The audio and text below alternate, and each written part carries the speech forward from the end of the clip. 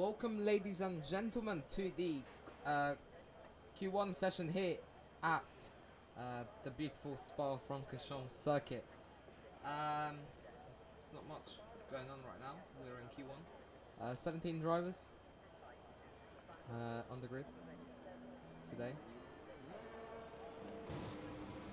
It's 22 laps here at Spa. And I believe it's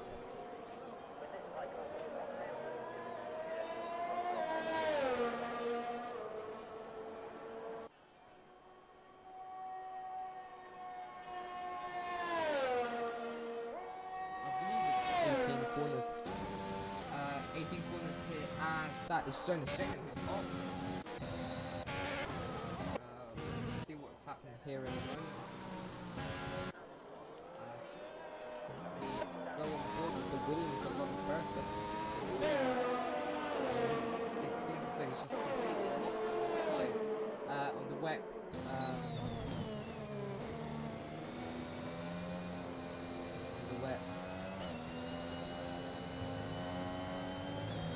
Surface it's raining like it did too.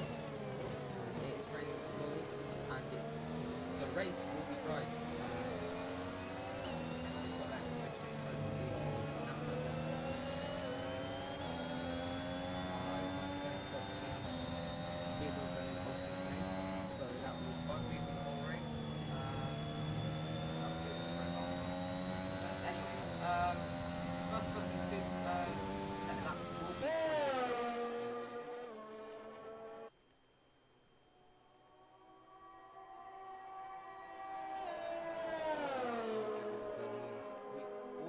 That's Aidan Brown who's out with Q1. What's happened to him? Oh, it's Aidan Brown has completely lost it there on the exit of the Lefania chicane. Let me just quickly put that down. My microphone should be better now. Yeah. Anyways, Tom Ginsberg's first driver to be setting lap. He gets it wide sideways coming out of out of the first corner, now going up. Oh, room. It's not flat in intermediate conditions. But as I say that, it's not intermediate conditions. They're on soft. Everybody's on soft. So it looks as if it is trying up. He's been lifted going up over 7 plus a second, but that's expected. Now let's probably take in not a lot of curve actually. 4th gear through here. 5th, he's short shifting quite a bit. Tom Ginsberg. And then it's hairpin. This is a crucial corner to get right, because if you get that corner right, you get such a nice run coming out of here, because it puts you on the perfect line, and also allows you to get a nice run into Podium. And that is a Mercedes. That's Theodore Stonewood who's spun going into turn 1. Anyways, let's carry on with Tom Ginsberg.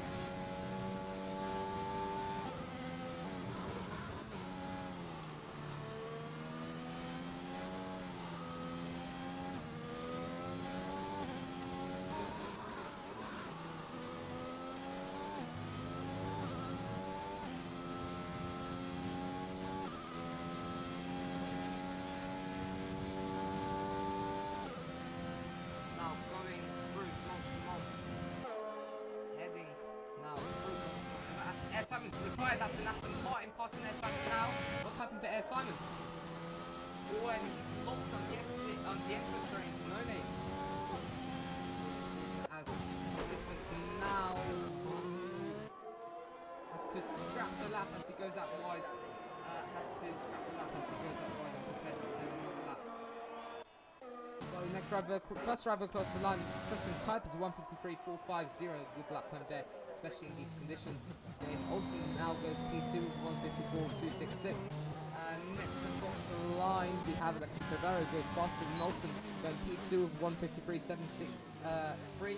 Ethan Koskinen and Mercedes goes P4, but Tristan Kuipers' time gets immediately beaten by his teammate Jack Brassington, as Jack Brassington does the 52.237, and once again Tristan Kuipers' time gets beaten by Axel Korstrom with a 52.242.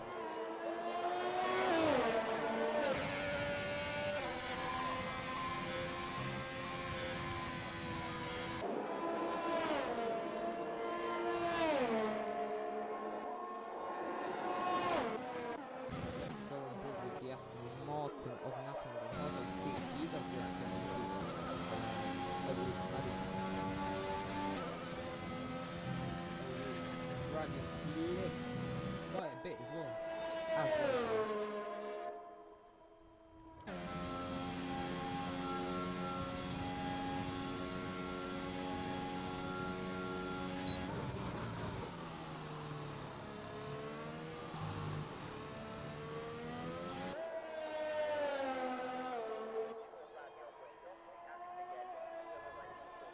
Now going through the hairpin to excel and to explore. Now no name. Quite good for no name. Could have been a bit more on the throttle.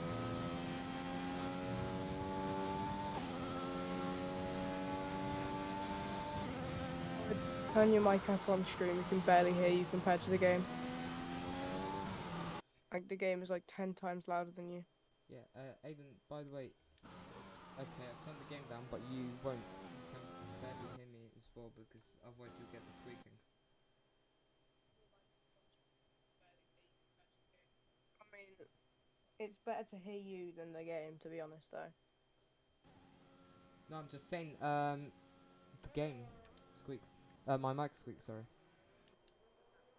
As Axel Korstrom now goes P1 with a 51.796.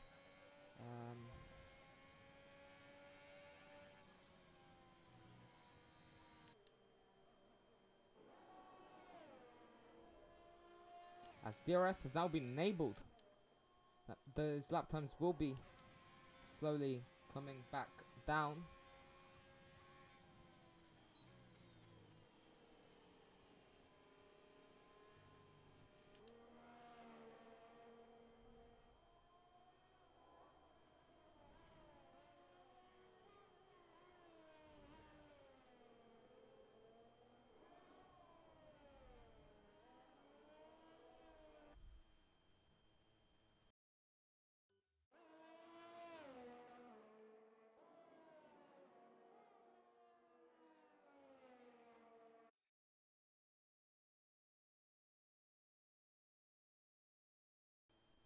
Right, sorry about that. Now, I've already said that Axel Korstrom went fastest with a 51.796.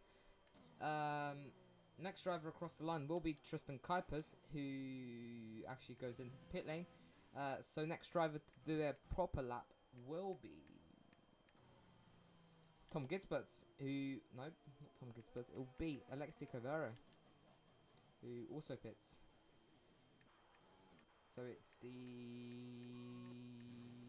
Alpine of Armin Schlomo who's now on the lap. He's rounding off the final corner now. DRS open now, and it's just a race to the line, and he goes P5 with a 53.455. That's an excellent time from Armin Schlomo.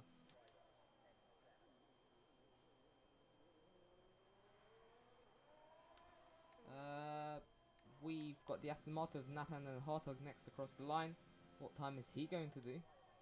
Unless he pits. Oh, yes, he does pit. Why is everyone pitting?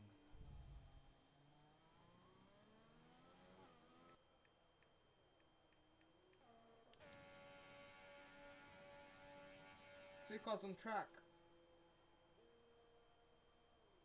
What just happened to Sam Zabdami? Okay, interesting. Sam Zabdami just went kaboom, and now he's apparently in the pit lane. I think he might have. I'm not sure actually. So I'm a Stoma on your car on track right now.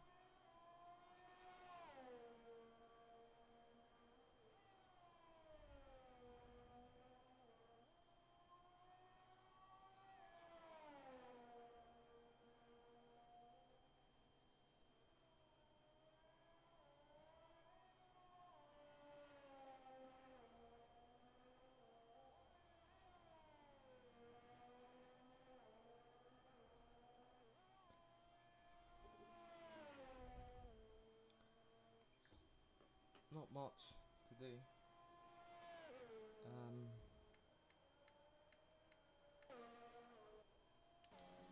Cameron wins that on an outlap now. Don't know why that matters. Tom Gitzberts is also on an outlap on the intermediates.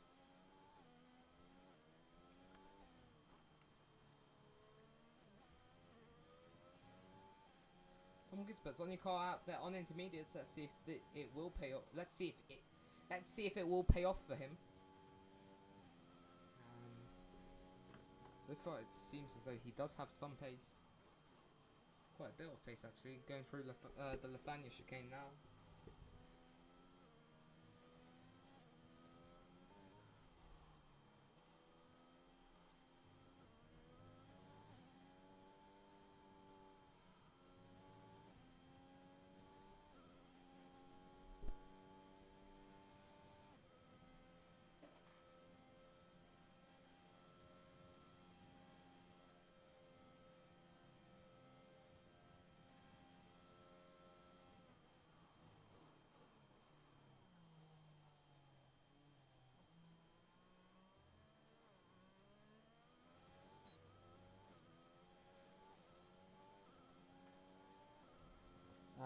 Tom Gitspert's now on flying lap, going down into turn 1. This is... got the name of the corner now. Anyways, going down Le Source, sorry. Now, Eau Rouge and Radion lifting a bit, but not that much compared to Nathan than Hartog like we previously saw. But now the track's completely dry. The rain has stopped. These tyres will not work for him. Going down the Kimmel Straight to Lacombe now. Through Malmedy now to Bruxelles. This downhill right hand hairpin. So important to get right. But he doesn't get it right. He goes too deep. Now this left-hander. Turn 9, no name as it's called by a lot of people. Puon now as it starts raining again, but not much. There's not much rain. Puon, he took quite nicely but lifted a lot. Now the Lefania chicane. Sorry about that. Lefania chicane.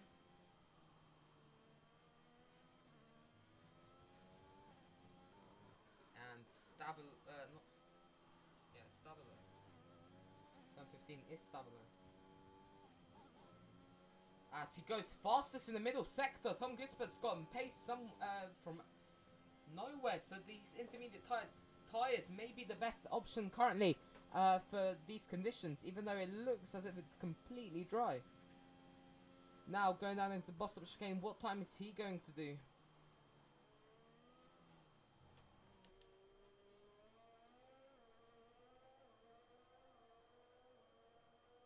He's only gonna. It's only good enough for P12 over 156.490. Dr. Beresford is now getting ready to start his flying lap. Yep, second flying lap of the session.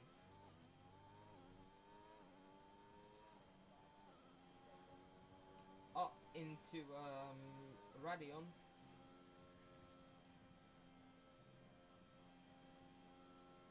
Quite good for that actually. I think you might be able to take Radium and the Rouge flat out now, as there is a Williams, his teammate, Ludwig Beresford's teammate in the middle of the track, Nathan and Hartog, sorry, not Nathan and Hartog, Tom Gitspert's giving Kim a nice toe.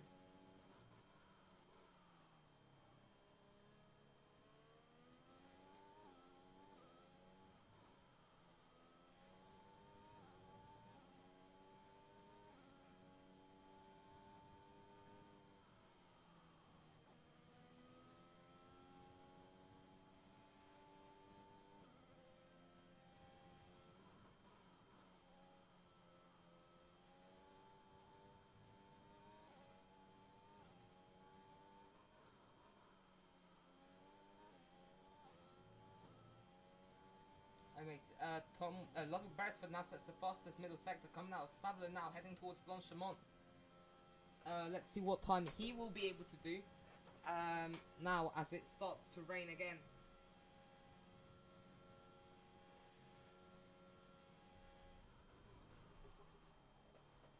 Missing the apex a bit on the entry into the bus stop chicane, but getting a quite nice exit coming out of there. And he goes P1! Fastest with a 46.277! Ludwig Beresford. First driver to set a proper lap time on soft compound tyres, but that gets immediately beaten out by Cameron Wynn, who does a 45.622, completely knocking Beresford's time out of the park, as Tom Gisbert now retires from session in the pit lane.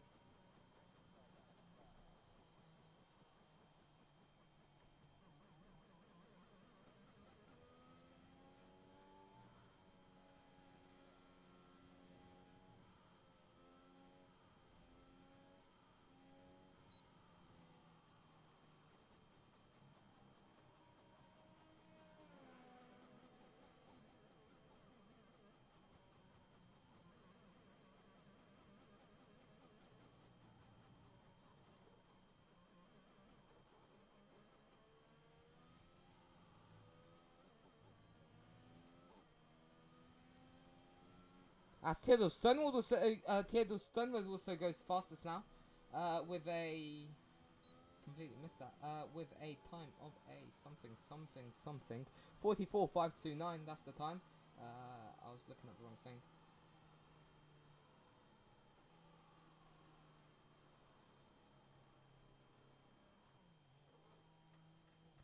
As Lawrence Shelvish fastest with a 1:44.279. He also retires from the session, as there is about a couple seconds left in it. I'm pretty sure.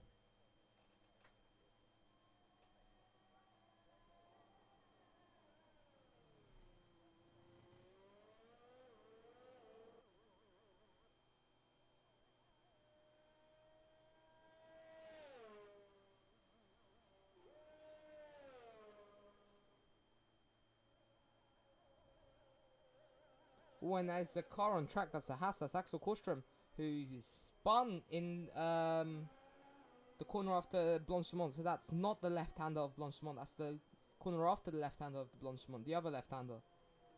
As Axel Korstrom now also pits. 12 seconds to go in this session. Who else is out on track? We've got Tolga Nalbant on track right now. He's aiming to get the fastest lap time here in Q1.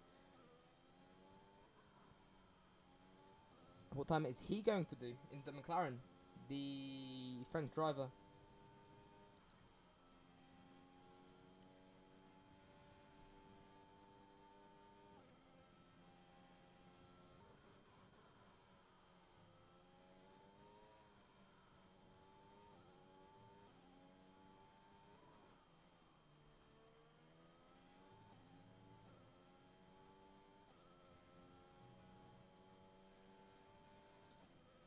Fastest sector 2, what time is it going to be? Is he going to be fast enough to beat Lawrence Shelvish from the top of the timesheets in Q1? What is it going to be? Heading now towards the bus stop chicane. Missing the apex a bit, but that doesn't matter. He's on very low fuel now. Mashing the throttle, DRS wide open. What time is it going to be? It's going to be fastest with 44.010 for Tolga Nalbant.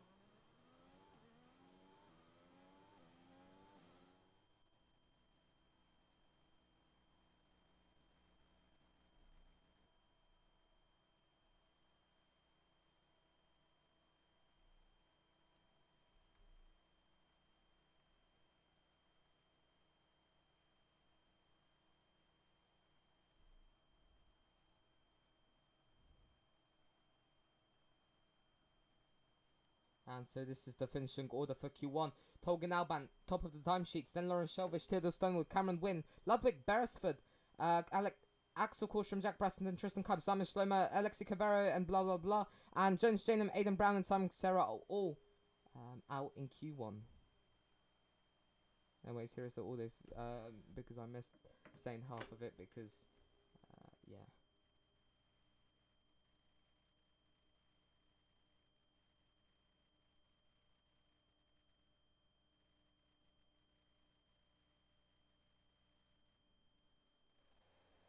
Anyways, we're here now in Q2. 15 drivers actually here.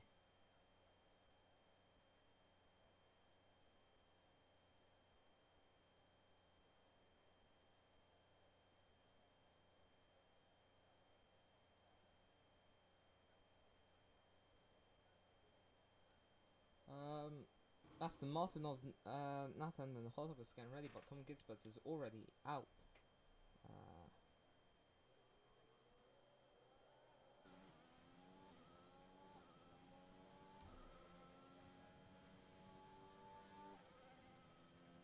will be the first man to set lap time. Tom Gidsberts.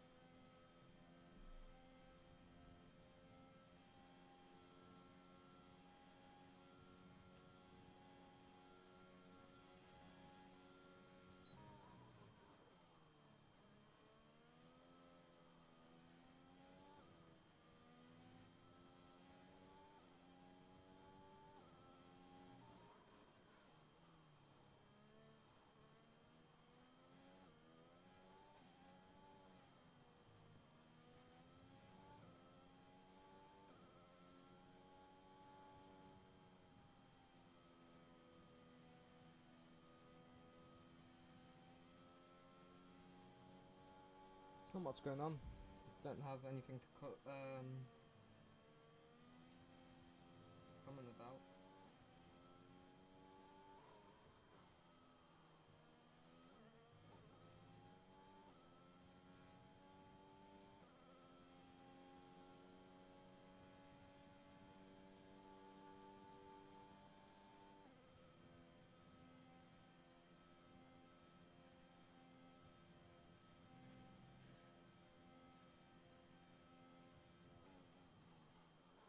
Anyways, he's getting ready to start lap now.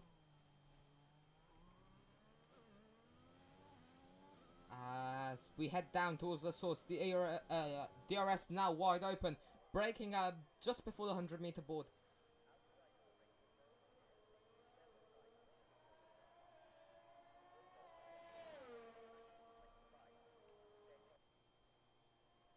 Eau Rouge, Radion, flat out, easily.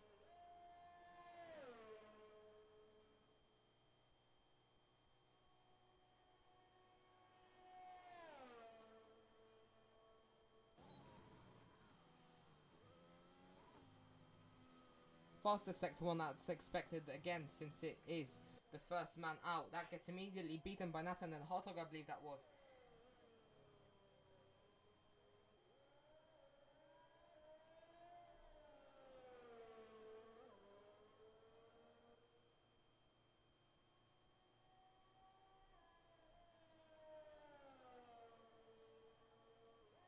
P1 taken very nicely indeed.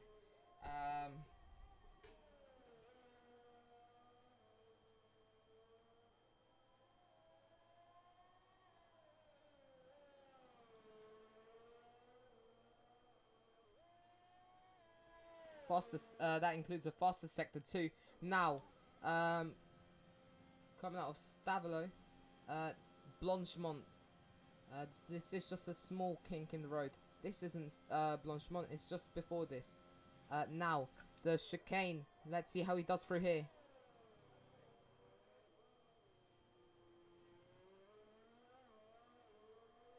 And over the line, 1:45.095. Very nice time there from Tom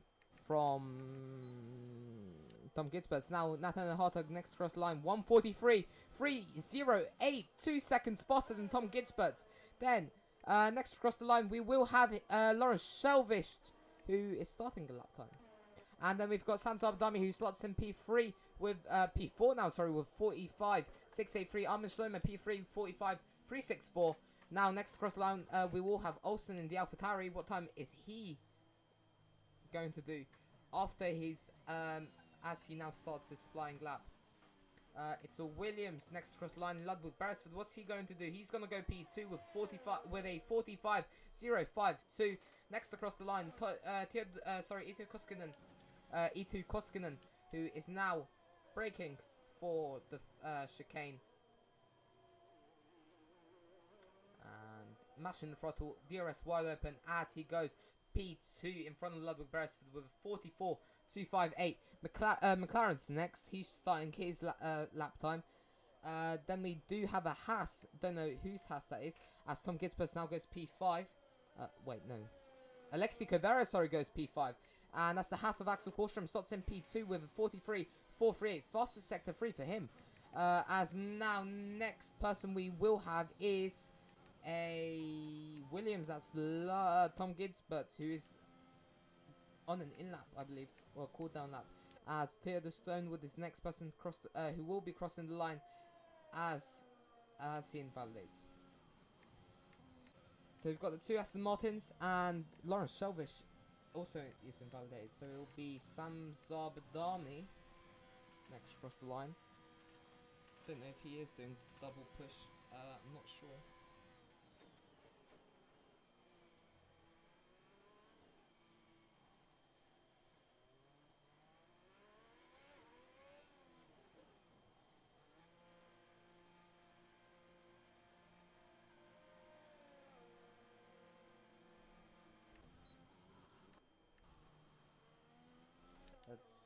Let's do an audio effects lap with Tolgan Alban now, as I'll mute myself, and ladies and gentlemen, enjoy the lap.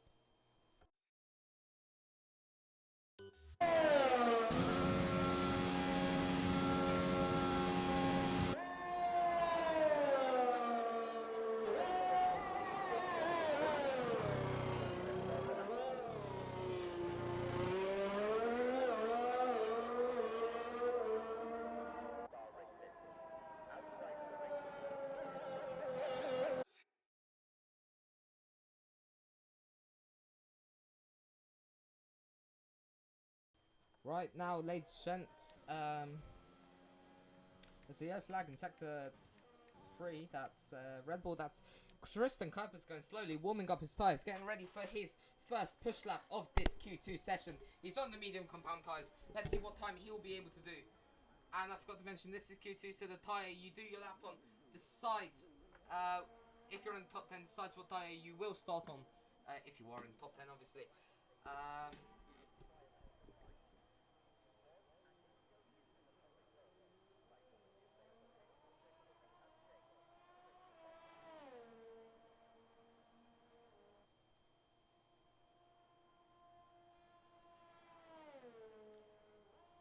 Very nice run coming out of Eau Rouge and Radion. DRS now open, going on to the Kemmel Straight. Next corner is Lacombe. After that, it's Malmedy.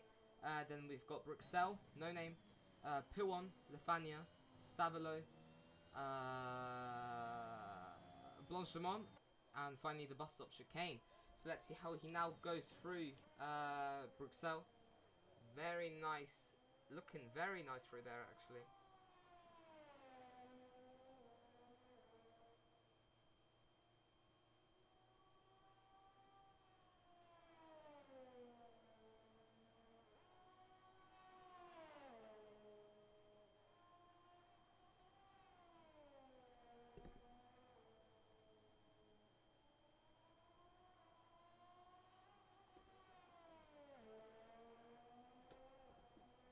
Fastest sector 2 for Tristan Kuipers.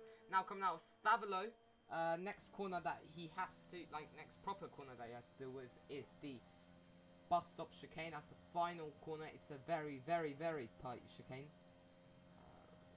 I believe one of the tightest corners on the calendar. Yeah. Gets that apex nicely. Turns the car left from its initial right. And now goes P7. What's happened there? Interesting. Jack Braston and his teammates in P5, so it seems as though the Red Bulls are struggling today.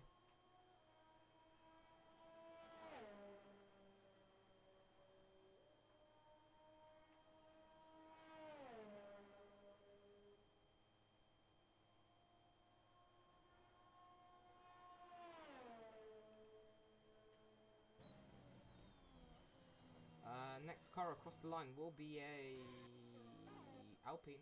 That's the Alpine of Armin Schlomer, who's preparing. Is, I believe, doing an in-lap now. Not entirely sure. Seems as though he is. Yeah, he's pitting now. 4 minutes 54 left to go in this session. I don't believe we will see any more action apart from the cars that are already on track.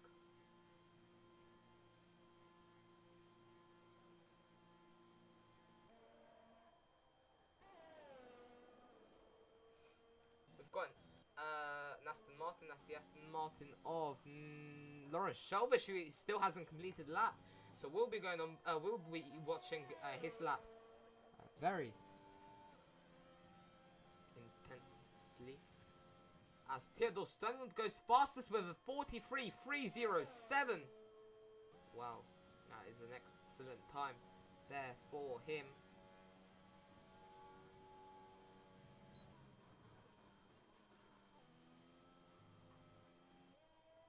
Shelvish, I believe he gets the fast sector one, I'm not entirely sure.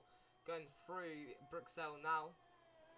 This corner is, I keep repeating myself, it's so important to get right this corner, since it basically sets you up. If you get it right, you can gain about 5, 6, 7 tenths at the most. Yeah. 5, 6, 7 tenths. Lefania looking good as well. It's so important to keep the throttle in through this corner, since it just keeps that momentum going. Keeps your momentum. And if you lose that momentum, you lose it for the whole. You lose that momentum for about... sorry, you're on the back foot for about 2 kilometers. Which is very... It's a very large distance. Even though it's about 10 seconds. 10, 15, maybe 20 seconds in the Formula 1 car. As he crosses the line and goes on the P6. Lawrence Shelvish, what's going on today? It seems as though we might have an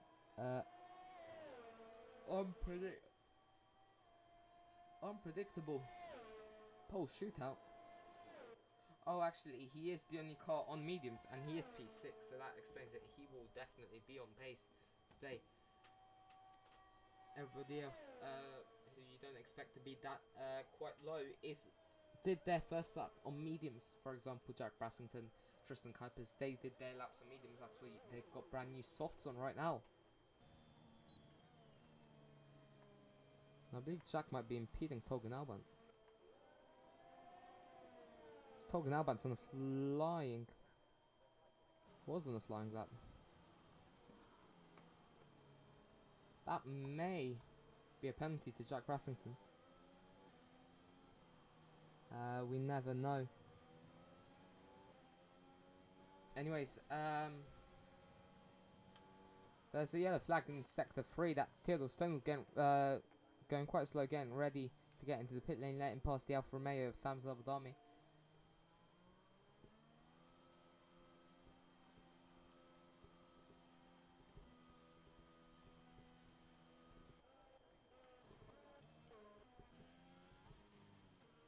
Alexi Cavero says the fastest sector 1. What's he going to be doing this lap? He's on brand new soft compound tyres. Let's see what he will do.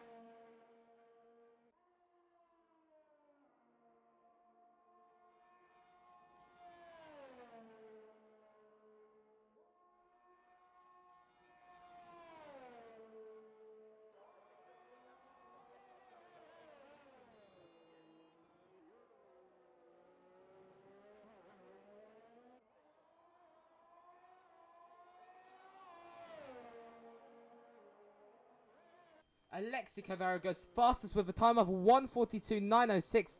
One of the fastest times we've seen this entire weekend, in fact.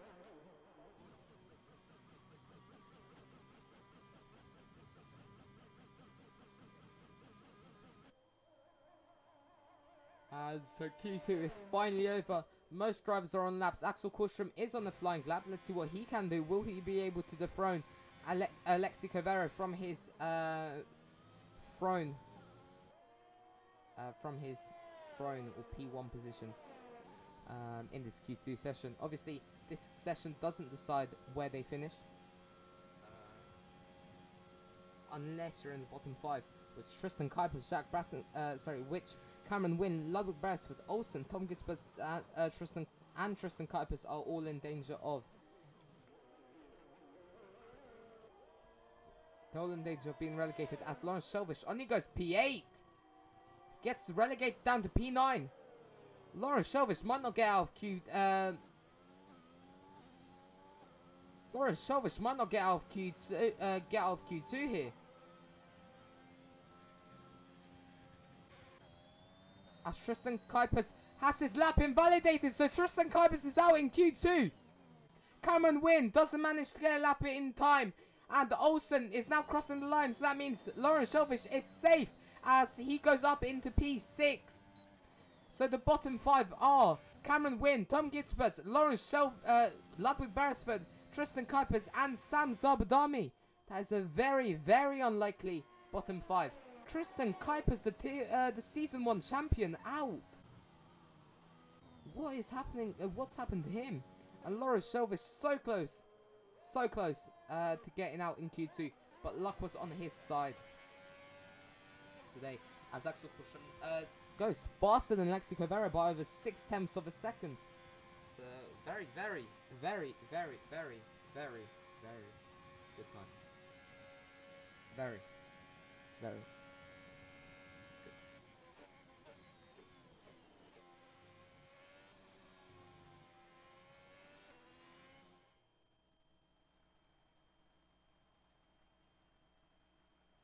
So, ladies and gentlemen, here is our fastest man in this Q2 session, Axel Cavero in a Haas.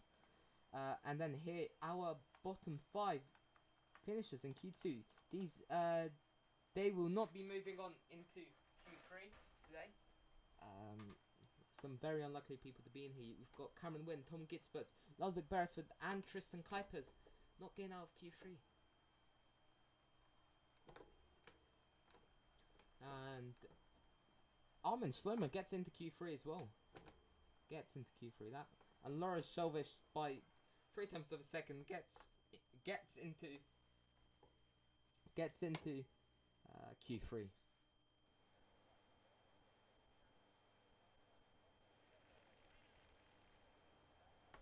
"12 minutes of this Q3 session.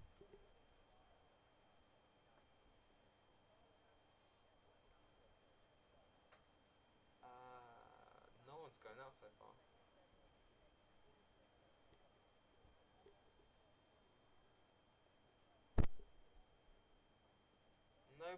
Nobody is going out, so let's see what's going. Oh, actually, 2 Aston Martins are going out, 2 Mercedes are going out as well.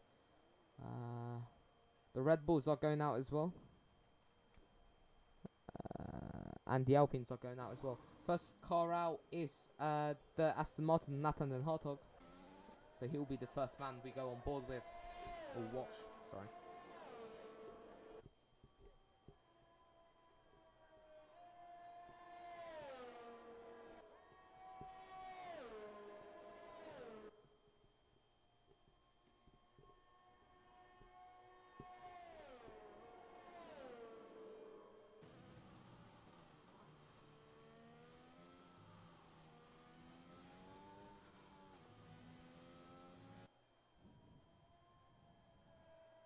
If you heard me breathing down my mic, that was me breathing down my mic. My mic's a bit too close to my face. Yeah. Anyways, now going through Pool on. Everybody's on track except one car. That's Armin Schlomer, the Alpine.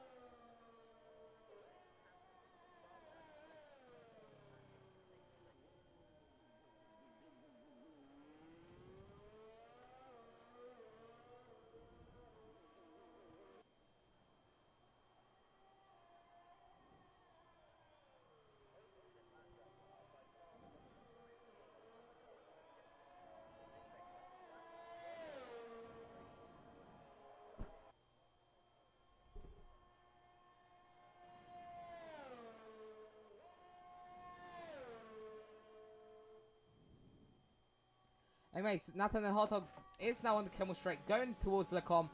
For Lecom, you need to brake about 75 meters. You need to brake super late into that corner, since it I don't know why, but you can brake so late into that corner and still make it. Anyways, Bruxelles looking quite neat. Now, No Name went out a bit wider than you should, staying on that AstroTurf on the right hand side.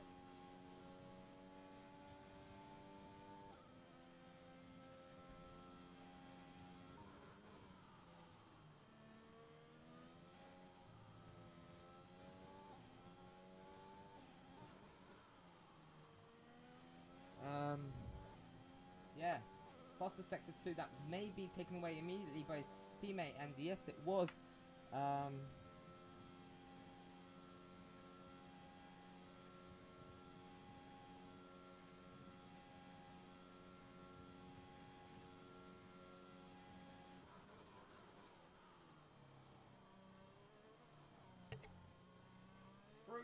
Through the final chicane, what time's it going to be? It's going to be a 1:42.999 for Nathan and Hot Dog, but immediately gets beaten out by his teammate Lawrence Shelvish, who's over 2/10 of a second faster.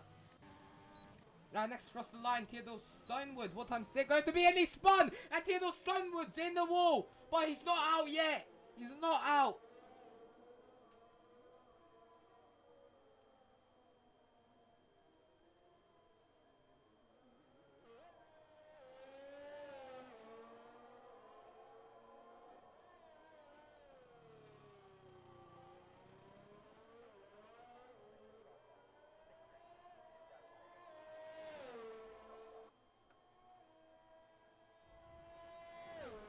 Axel Corsham now fastest with 1:42.199.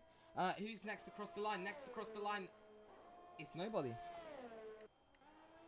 Schlomer's not has exited the pit lane now, so he's on a flying lap, so let's see what he'll be able to.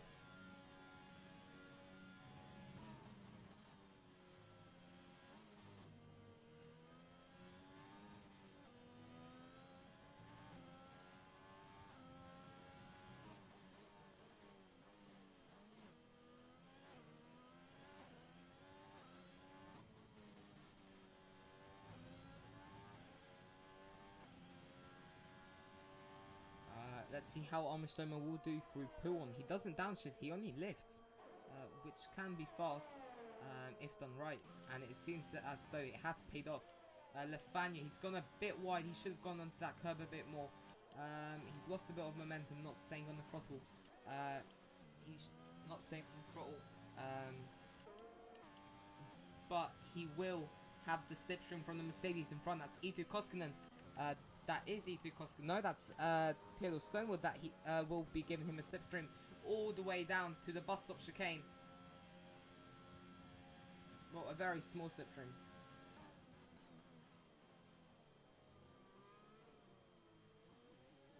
And Armin Schlomer opens the DRS and crosses the line. Now goes P6, 1:43.510 for Armin Schlomer. Next across the line is a Haas. That's Axel Korstrom. He will be pitting, probably. Yes, he will. Who else on that?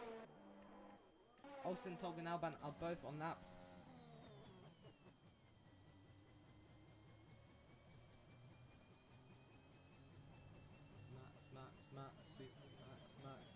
Super Max. Oh, yeah.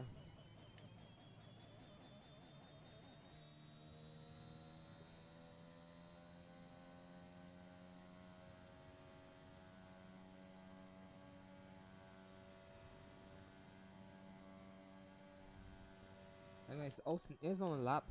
I believe he has abandoned it, so he is on the out lap, sorry.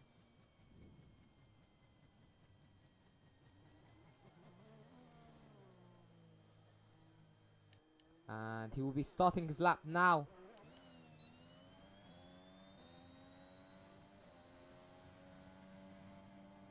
And Dan Source looking quite good.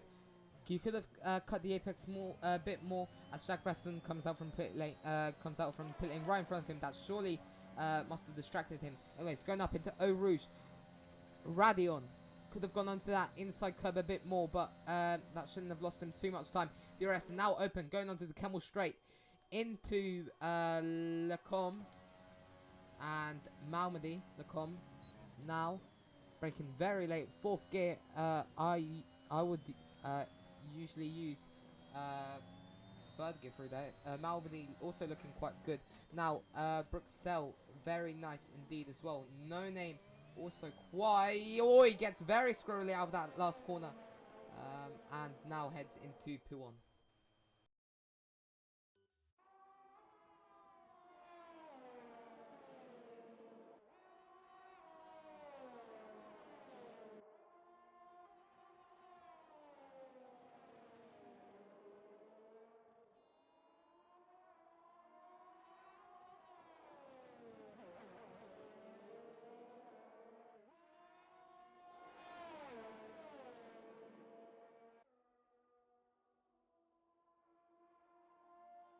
Right, sorry about that, ladies and gentlemen. As now Blanchimont and the corner after Blanchimont. Now bus stop chicane. Let's see what the how will be through here. Locks up a bit, but gets a nice. It's quite nice through there. Anyways, it goes across the line, goes P8.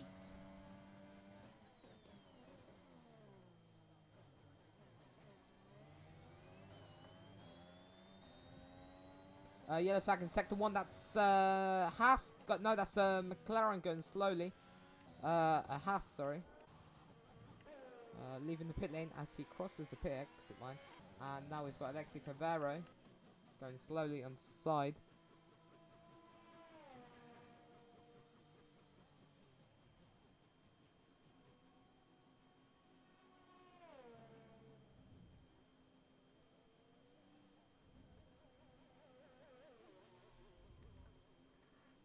And he stopped on track, Alexi Cavero. What's he?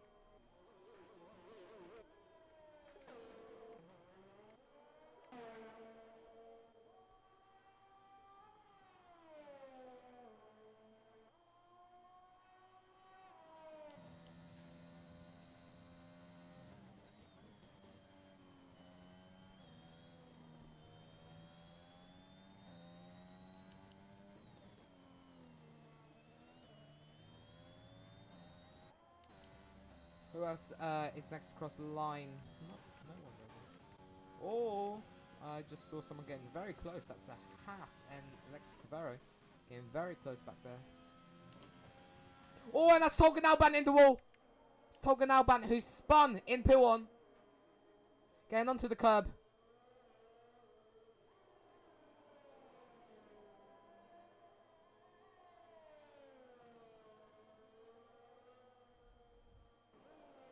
And Theodore Stunwood's also out of the session. What's going on over here?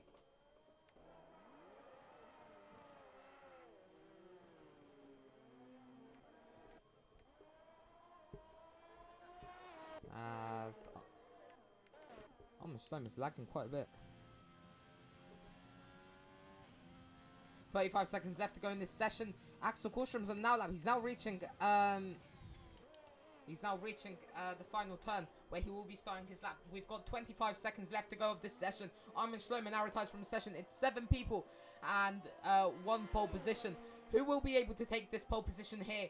We've got 7 contestants, all of which have shown pace throughout these sessions. So let's go now on board with the current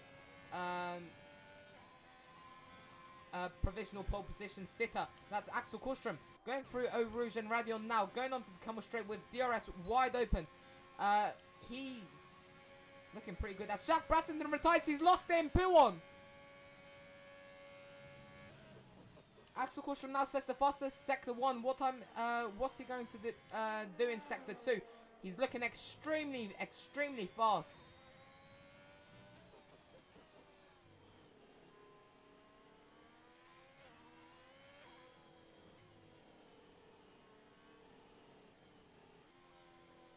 Is Axel Korstrom slowing down? What's he doing? And I think he knows there's no chance for anybody to take away his pole position except for Lawrence Shelvish and Nathan and Hartog, as Lawrence Shelvish has invalidated, so he will at best be top top 7. Nathan and Hartog will be next across the line. Togen Alban also retires from the session. Nathan and Hartog, he won't be able to match Axel Korsström's time since he pits. Lawrence Shelvish is invalidated, so he won't be able to do another lap. Who's next across the line? We've got Alexi Cavero. What time is Alexi Cavero going to do? He's going to be good enough for... Ethan Koskinen, he's good enough for P4 with 142.797. Alexi Cavero next to the line. He invalidates in the final corner. Alexi Cavero had a chance for pole position, but he doesn't make it stick. The lap, he didn't just... The car got out of his hands and he wasn't able to do it. So that's the end of Q3. Axel Korsström is on pole position for the 2021 Season 4 Tier 1 Belgian... yeah, we're on Season 4, right? Yeah. Season 4 Tier 1 Belgian Grand Prix. Nathan and Hartog will be starting P2. Just in front of his teammate Lawrence Shelvish is P3. Ito Koskinen, his best start, I believe, in Tier 1. Starting P4 with a 47.797. Oh, that's Lawrence Shelvish lagging back. 5 thousandths of a second separating him and Lawrence Shelvish. And P5 will be Jack Brassington with a 42.906. Then Alexi Cavero 43.053. He had a chance for pole position, but sadly couldn't make anything of it. Next, I believe, was Togen Alban in the McLaren with a time of something. Yeah, Togen Alban with a time of a 43.321. Then Armin Schlomo in the Alpine with a 43.510. Then Olsen, the Polish driver in the AlphaTauri with 43.767. And then finally, rounding off the top 10 is Theodore Stone with a 54.825. And also for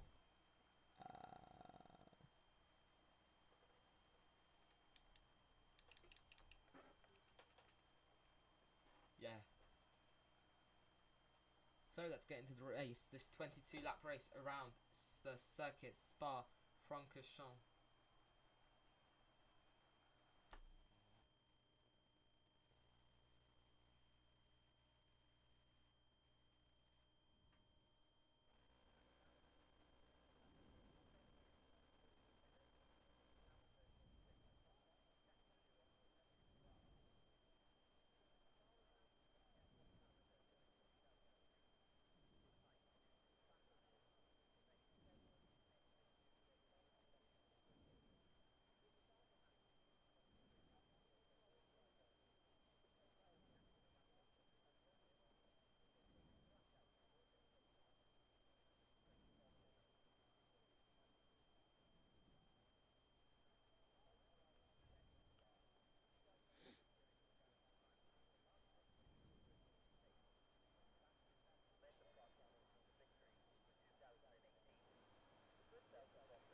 Right, so we're here now for the formation lap.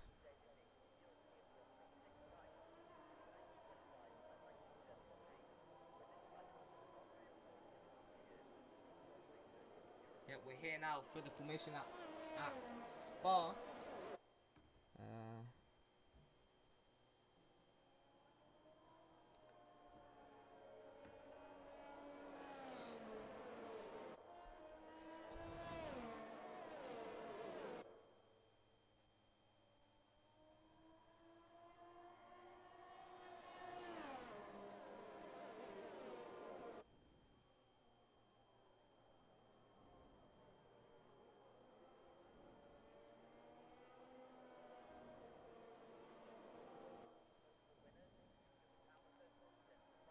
They're warming up their tyres, going through Malmedy, Lacombe, Malmedy, and Bruxelles now.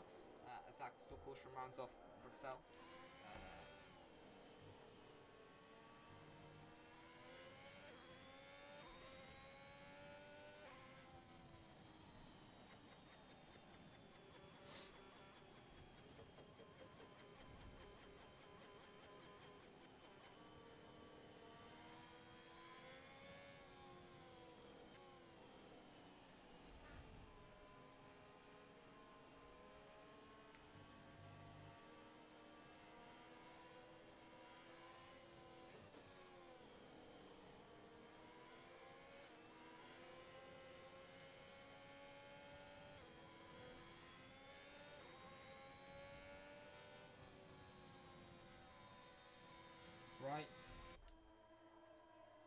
Räikkönen pulling a Kimi Räikkönen, not warming up his tyres at all. That's a very weird. Actually, as I say that, he warms them up just a slight bit.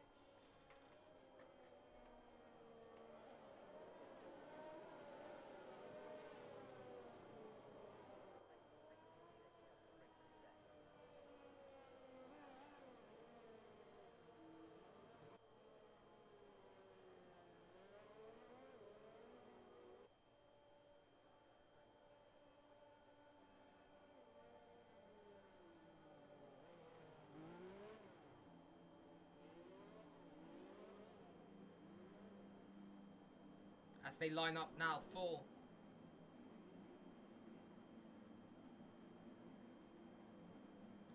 the race start.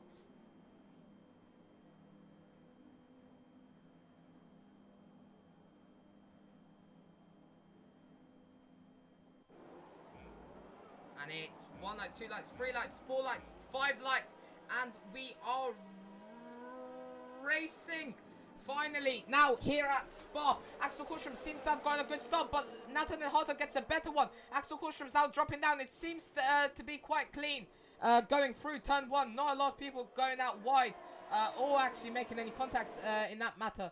As Räikkönen's looking to find a way past Nathaniel Hartog's got a jump on him. He's in the slipstream. He's deploying all of his ERS.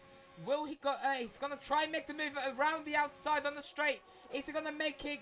Is he gonna make the move around the outside in the lock-on? He's trying to? He gets the fastest sector 1, and no, he gets pushed out by Nathaniel Hartog, but he's just not giving up. He lets Nathaniel Hartog pass, but he's still looking to gain that race lead back as Simon Cavero spins in Malmedy. Armin Schlemmer's going past Tom Gitzbert. And Alexi Cavero's going past Lawrence Shelvish. Something's wrong with Lawrence Shelvish today, since he is extremely slow. He's just got passed by 3 cars in 2 corners.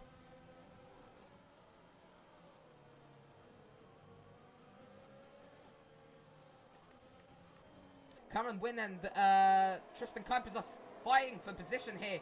As Tristan Kuipers just pushes out Ludwig Bresford onto the grass, going through Lefania. As there's a 4-way fight, as it's 4 wide. Was 4 wide for a second, going through Blanchimont.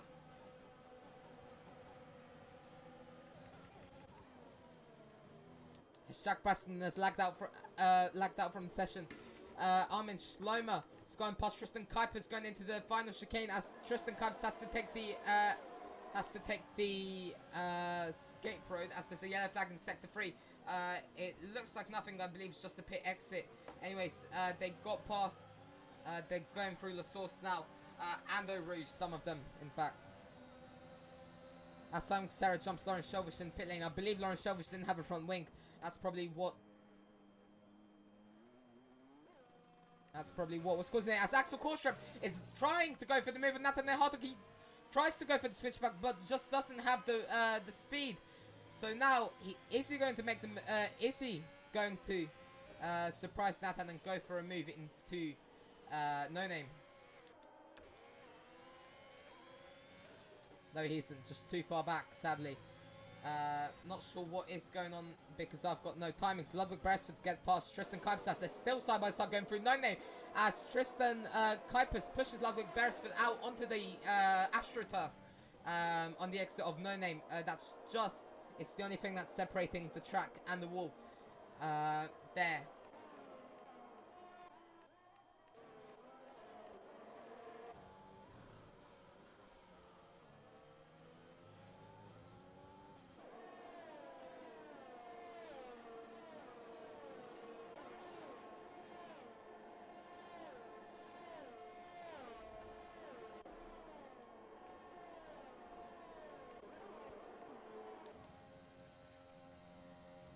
Jack Preston has rejoined the session now. He's up into P10. Räikkönen now says the fastest lap. He's still trying to get past Nathaniel Hartog, who's slowing him down quite a bit.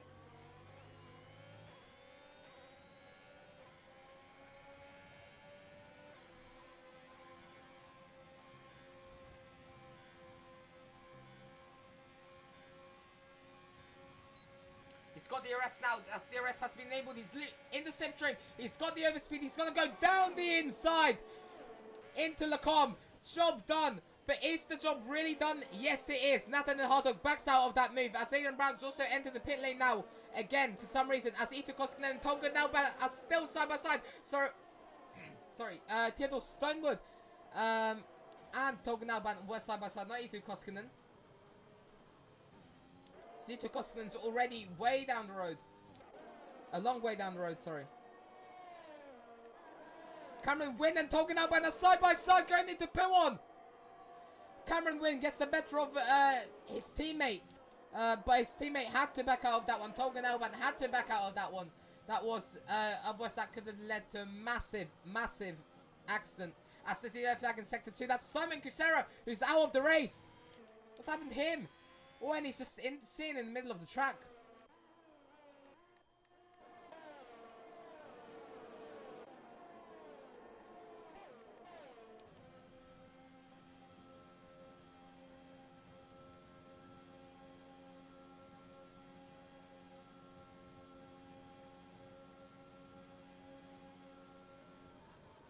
As Tom Ginsburg goes for a very late dive bomb to the outside, but can't make anything of it since he's just too far back.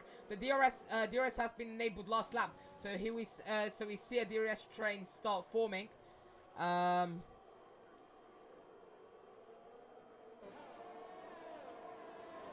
Axel Korstrom has now gotten out of Nathan and Hartog's DRS range after making that move into Lacombe. And so if you are a Twitch Prime subscriber, then hit that little rewind or clip button or whatever to view replays or highlights of what's happened throughout this race alongside the live action. And for any of you who don't get the joke, that's a Sky Q red button reference, if anybody is confused. So I say it basically every race. And also I get an extra Mars bar if I say it, so. Good old Mars bars. I have no idea what's going on right inside. Okay. I just completely stumbled on every single letter that's in the English. Oh my god, I can't keep. I keep stumbling upon my words. Yeah, I keep completely dying. Yeah, I have no idea what I'm talking about. If anybody in chat has an idea what I'm talking about, please tell me. Because I am so confused. Myself. Anyways, Jonas James looking for a move down the inside of Ludwig Beresford. Is he going to make it? No, he isn't. But they do touch! Ludwig Beresford gets some light green damage, it looks like. You can just see the small indentation on his front wing. That's surely going to lose him some downforce, especially through Eau Rouge and Radion. One of the most high-speed sections on this track.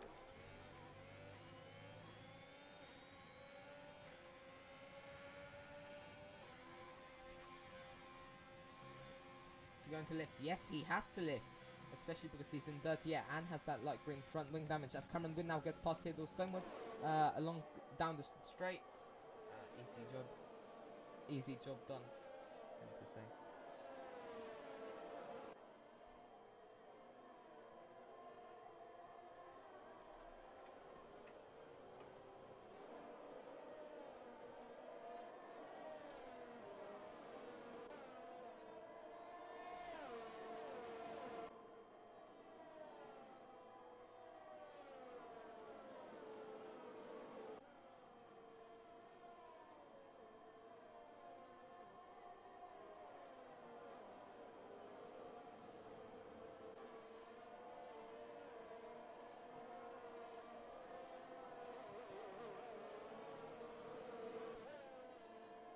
As Armstrong now gets a 3-second time penalty for multiple warnings.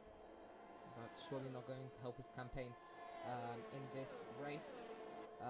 Jack Preston's getting very close to Armstrong. They're side by side. They were side by side going through Blanchimont.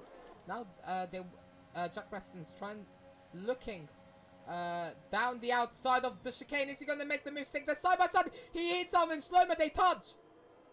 But Armin Schlomer still hanging on in. Armin Schlomer gets pushed off wide. He's not giving up his position. Armin Schlomer. He's got the DRS. He's going to pull to the outside. He's going to try and keep the move around the outside, but he's looking for that. Looking for his position back, and sadly he cannot keep his position since he is fighting against one of the most experienced drivers on this grid. Sorry, the most experienced driver on this grid. One of the.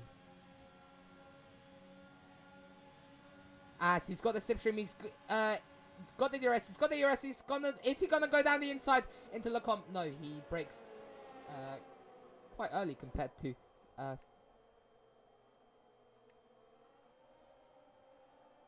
Jack Brassington, as Ludwig Beresford's trying to get past Tristan Kuipers, as Tom Gitzbert almost got past Armin Schlomer there. And Tristan Kuipers and Ludwig Beresford are still side by side. That's not going to end well from this helicopter cam. As Tristan Kuipers is trying really hard to get past that Williams of Ludwig Beresford. He's going to try to go down the inside into pit 1. They almost touch. And now he goes down the inside into Lefania, push him off the road. As Ludwig Beresford's getting overtaken left, right, and centre. Now he's getting challenged by Jonas Shainham and Sam Zabadami. As Tristan Kuipers has gone past Tom Gitzbert now, who's having some issues with the game.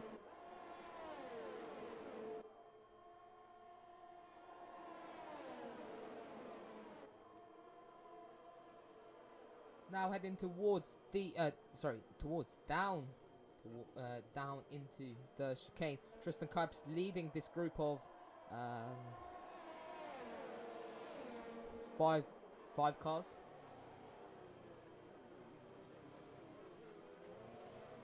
As shown in shame, it's gotten past Sam Zabadami in the background. Just missed that. As they're still side by side, they're gonna try to go side by side into Erouge. No, they weren't.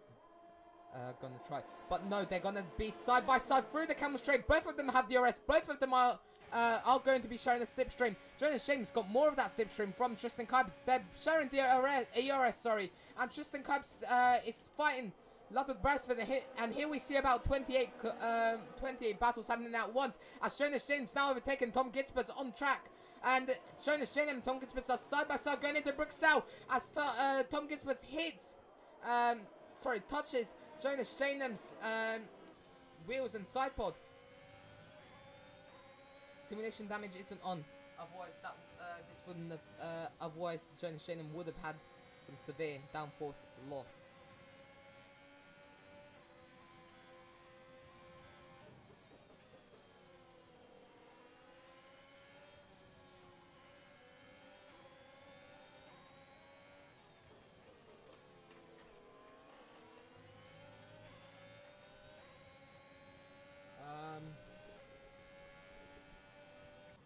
Olsen's getting close to Lawrence Shelvish now. Number 69 car getting close to the number something car.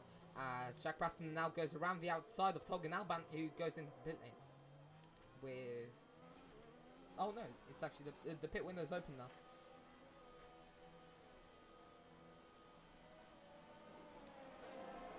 So the pit window's open for the soft compound runners, and...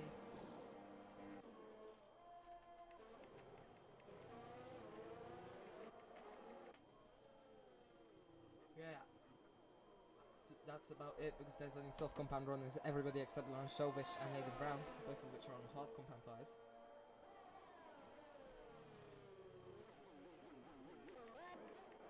Tom Gitzbert is getting attacked by Sam Zabadami. Tom Gitzbert's overtaking Sam Zabadami, and it's 3 wide going into turn Lecomte, and that's Jonas Shainham who's been spun around as Sam Zabadami and Tom Gitzbert were fighting for position. He was caught up trying to overtake Tom Gitzbert and didn't see the Alfa Romeo of Sam Zabadami, and he was just sandwiched. There was nothing the Ferrari could do. So unfortunate for him.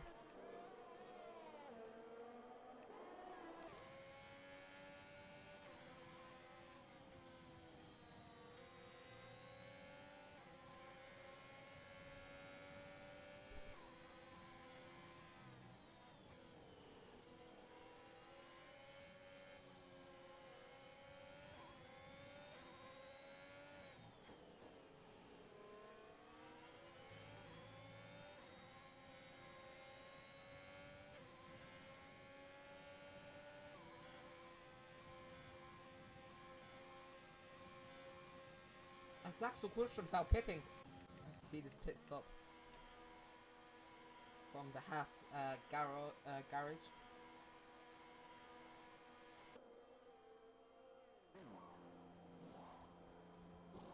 It's a nice pit stop there from Haas.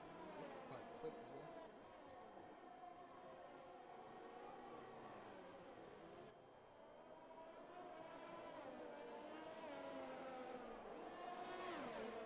And it's Ludwig Beresford trying to get past Axel Kurstromp. They're going to try and go side by side. They're going to try and go too wide into Eau Rouge, sorry.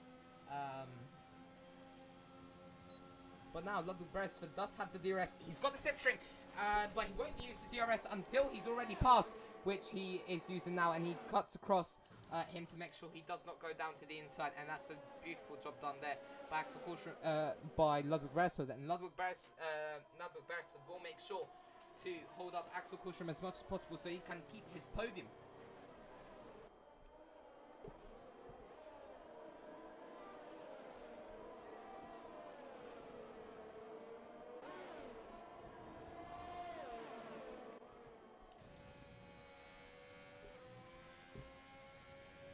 As now Axel Kurstrom's trying to get past him.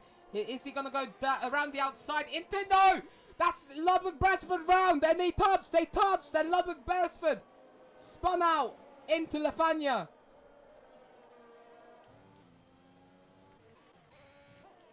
That may result in a penalty. That may result in a penalty for Axel Kurstromp, which may indefinitely lose him the race. As Alexi Cavero is now getting is in the slipstream. Tom Gisberts, who's on old 8-lap soft. He's going to go to the inside and brake very late, but not late enough as Tom Gisberts gets past and goes into the pit lane. As Sam Zabadami is now also tried to get past Alexi Cavero.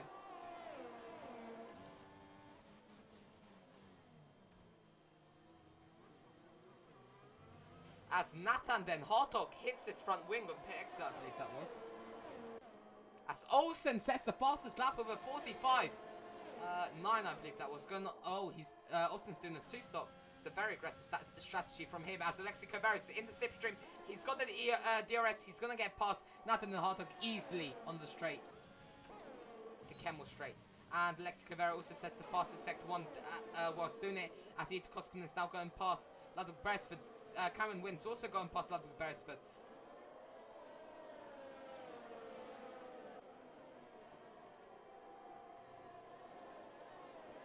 Shaq Braston's also going past Ludwig Beresford. He's getting overtaken everywhere.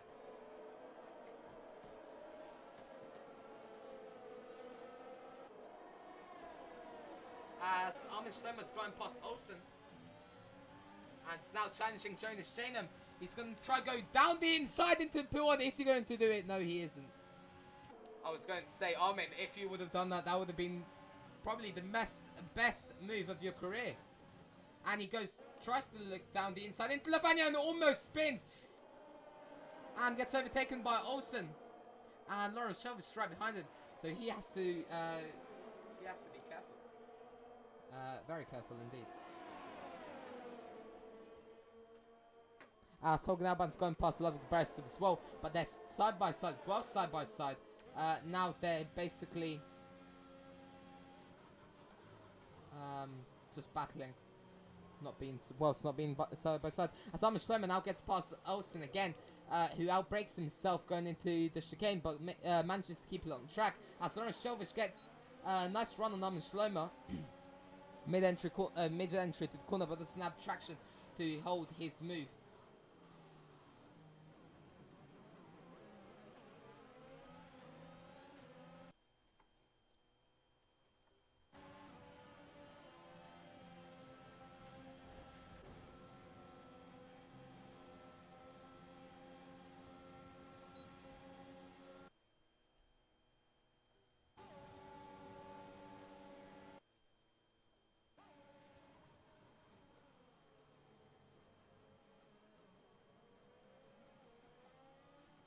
And Lawrence Shelvish trying to get past. Armin Schlemmer gets past him, but there's still someone said no. And Lawrence Shelvish closes the door, and Armin Schlemmer doesn't know he's still there. And Armin Schlemmer has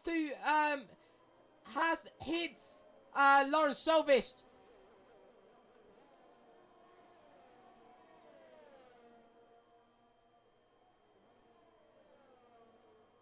Oh my days, my voice has absolutely died here. As Tristan Kuipers is out of the race! What?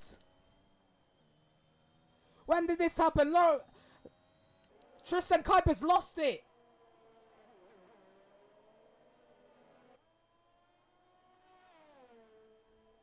Tristan Kuipers is out of the race!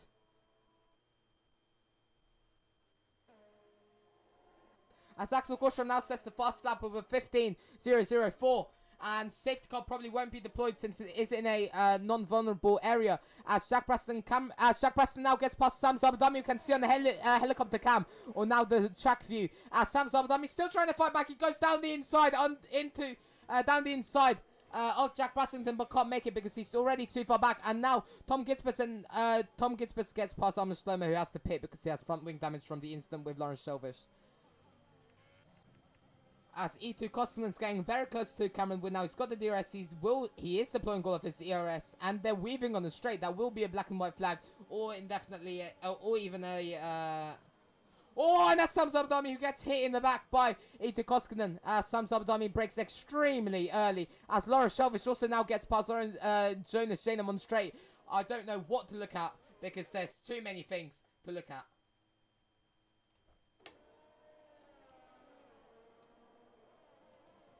Togan Alban has gone past E2 Koskinen who pushes him out wide as Togan Alban tries to go around the outside into No Name, which is not a place you want to overtake into unless you're on the inside.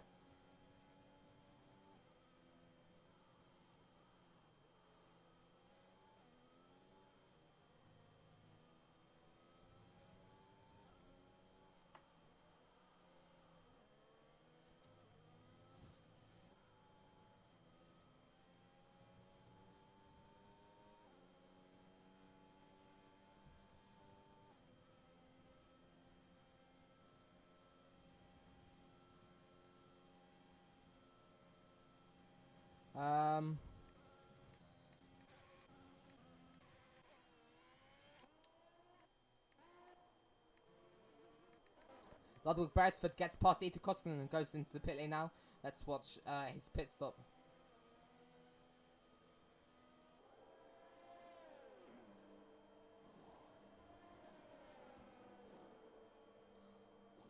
I was going to say it's a slow stop, but he's getting his front wing replaced. That's probably from the incident between him and Togan Alban. As now Tom Gitzbert is challenging Jonas Janum. He's probably going to try get him on the Camel Straight or even Lecom.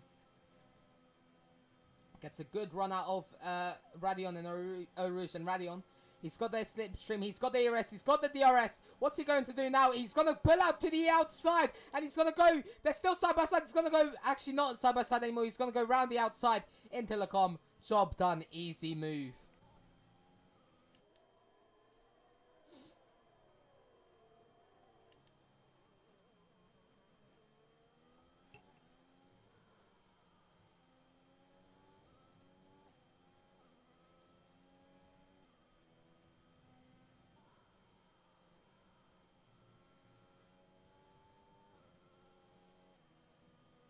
That's the see flag. That's Ludwig Beresford is around. And Sam Zabadami. Ludwig Beresford and Sam Zabadami are both spun around.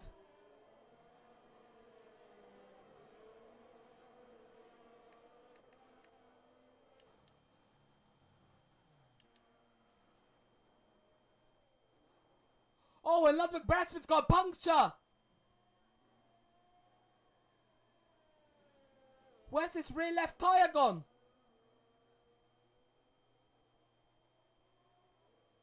What the? Oh, it's just reappeared again. But he does have a puncture, I believe.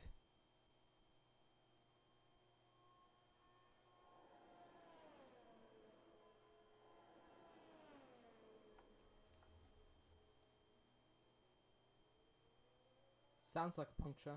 Puncture, sorry.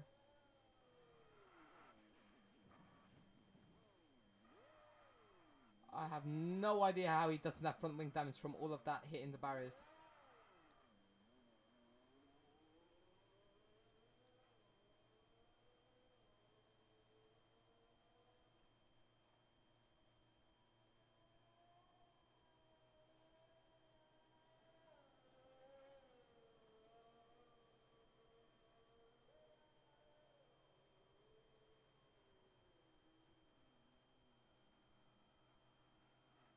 Yeah, he has a puncture. You can just see. We'll see it when he goes into pit lane. Yeah, he's got a very massive puncture as well.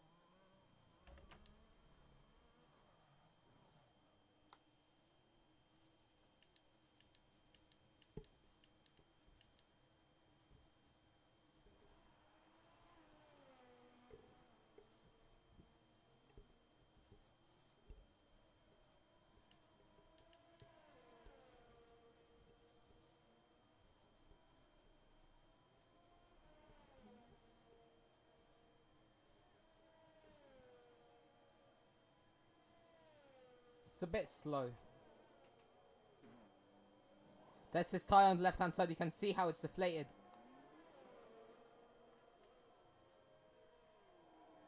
And now Ludwig Beresford has to make up 1 minute 20 to the next car, which is Aidan Brown.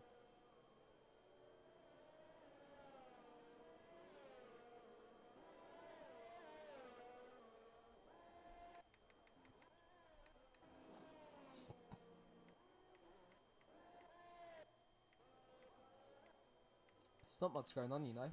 Actually, as I say that, Nathan and Hartog's getting increasingly close to Alexi Cavero, trying to get that P2 position away from him. We've got 7 laps to go in this race. Will Nathan be able to get that position back from him? Alexander, I think it's he got a puncture from tyre wear. Either tyre wear or his tyre got basically tagged by somebody's front wing. I believe it was Sam Sabadami's front wing. One moment.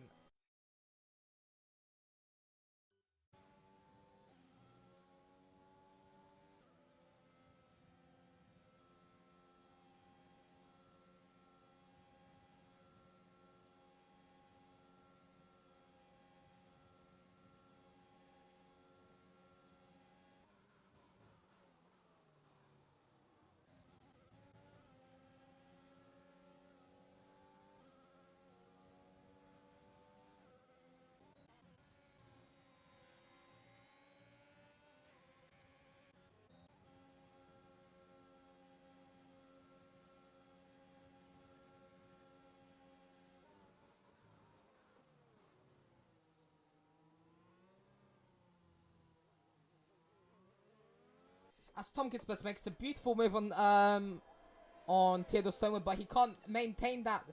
He can't maintain the move as Theodore Stonewood just has the superior traction coming out of that corner since he was on the cleaner side of the track.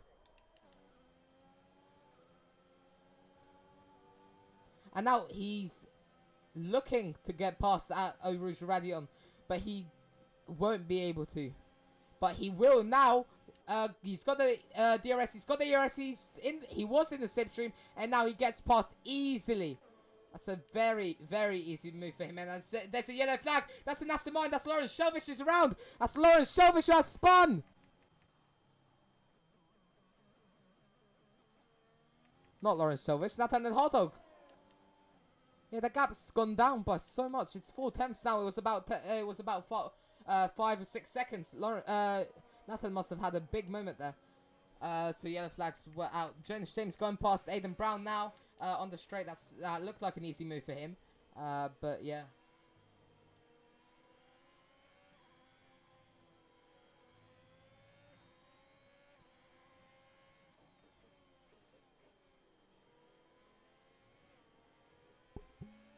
Oops, sorry about that. I just hit my microphone just hit my face.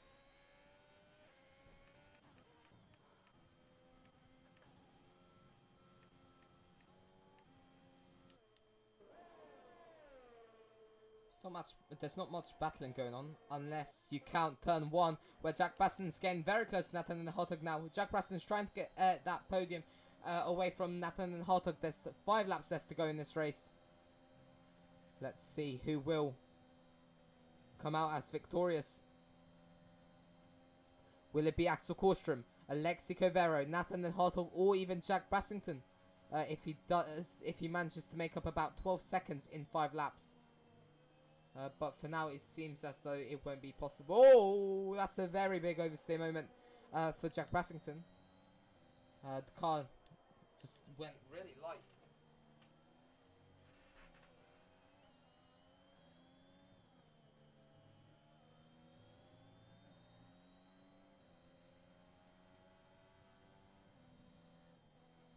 As Austin now gets past Ita Koskinen on the straight. Now going through Malmedy. Ita Koskinen is trying to fight back against Olsen, but Olsen just seems to be just too fast for him.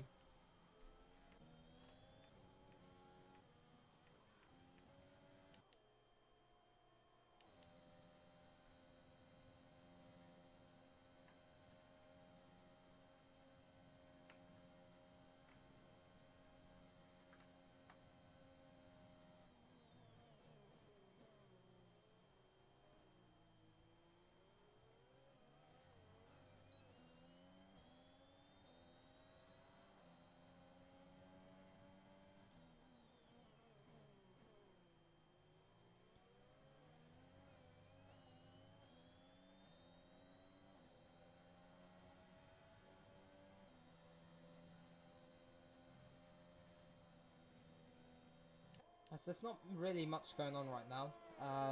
Smallest gap we have right now is about 5/10 of a second. That's the gap between Olsen and Ita Koskinen.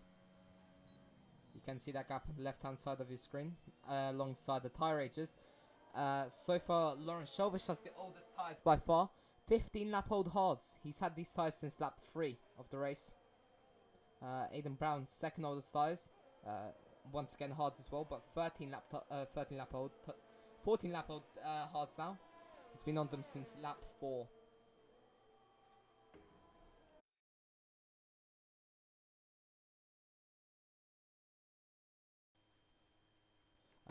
Yeah. What else?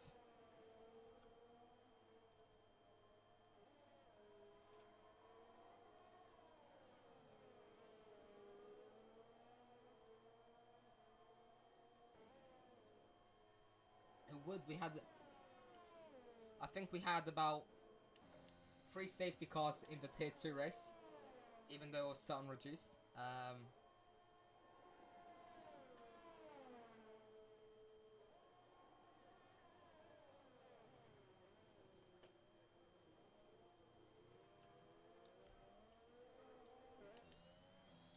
Three laps to go of the race.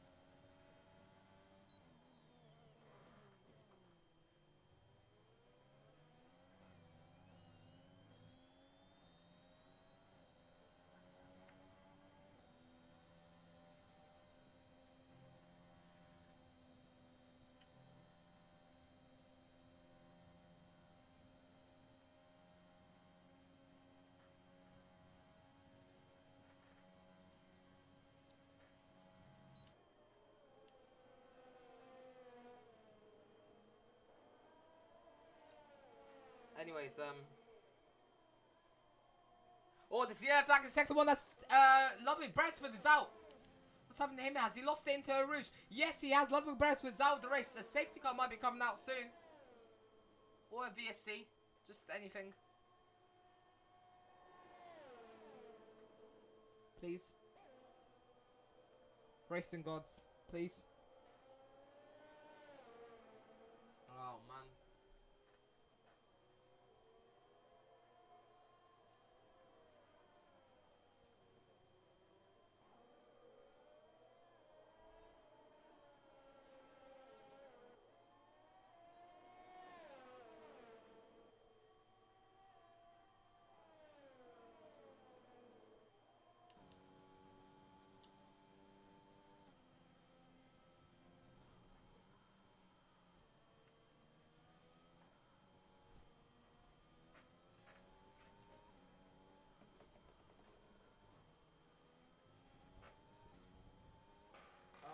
Not much going on, as you can see.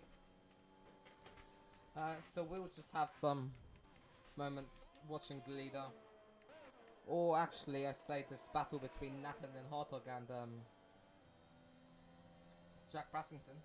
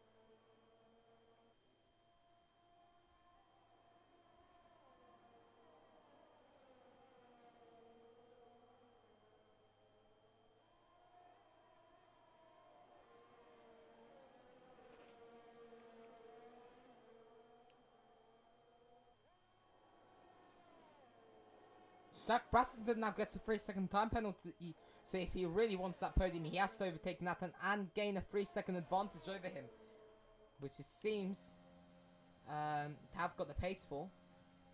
He does have 1 lap older tyres than Nathan though, so that's about 2% more on his tyres, approximately.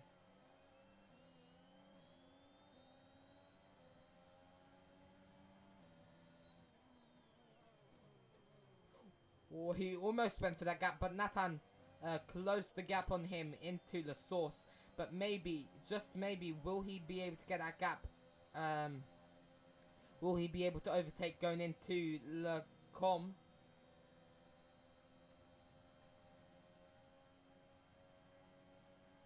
He's in the slipstream. He's got the ERS. Nathan's weaving all over the track. That may not be legal, but he breaks and gets the move done. But no, Nathan breaks even later. And no, Jack Preston gets a beautiful switchback. They go through Malmedy now. And Nathan is trying so hard to keep that move. To make sure that move sticks.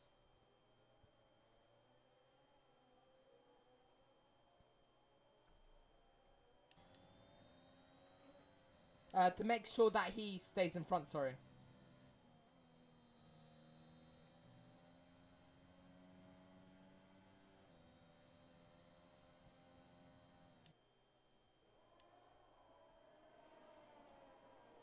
Aidan Brown sets the fastest lap. Oh, 44.765. Obviously, that the lap won't count because he's out. He won't get a fast lap point because he is in the bottom 5, so it's not in the points.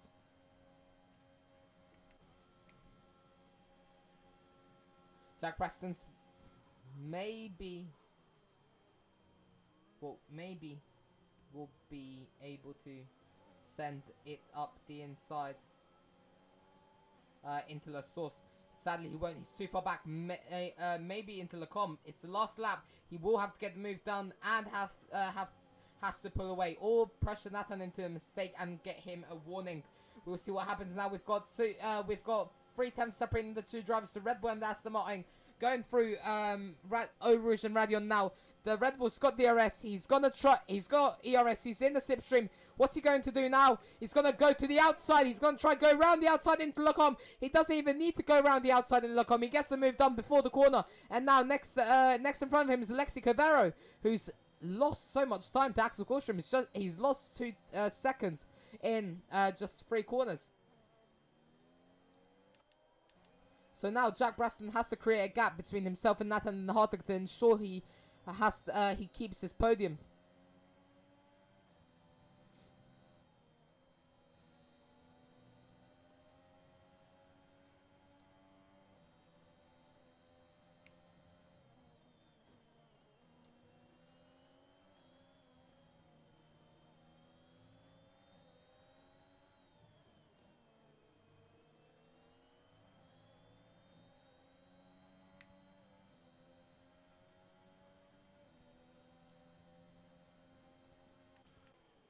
Lawrence Shelvis gets a 3-second time penalty, and Axel Korstrom, a magnificent drive from him. He crosses the final corner and wins the Belgian Grand Prix. As Jack Braston now gets past Alexi Cavero into the last corner, and Nathan Den Hartog tries to follow him through, and it's Jack Braston P4, Alexi Cavero P2, and Nathan Den Hartog P3 on track. Jack Braston has a 3-second time penalty. So obviously he finished P2 on track, but P4, yeah. And E2 Kosten's going past Theodore Stonewood, his teammate, and Olsen's also going past Theodore Stonewood.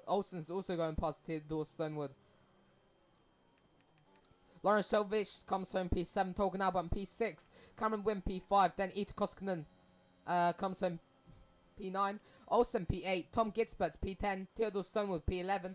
Next across the line, Sam Zabadami, who stays P12. Then Armin Schlomer, he goes P13.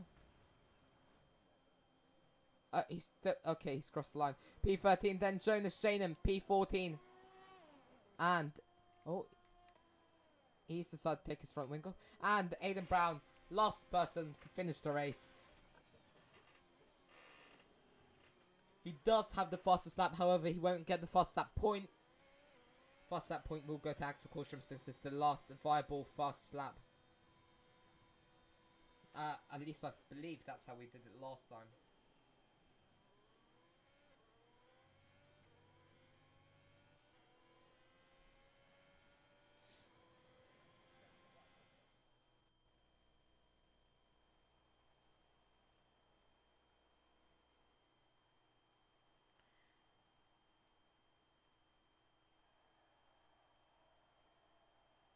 And here is our podium order.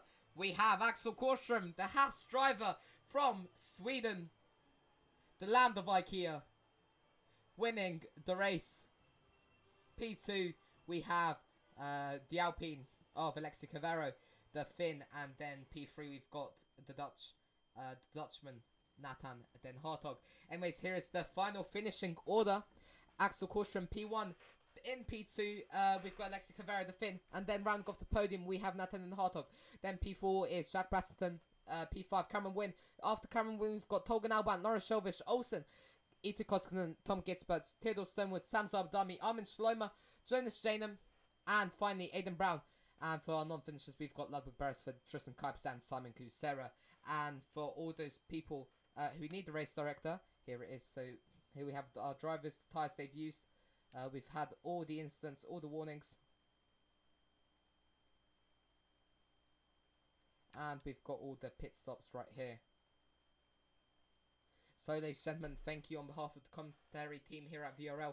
Thank you for watching and have a great and wonderful rest of your day.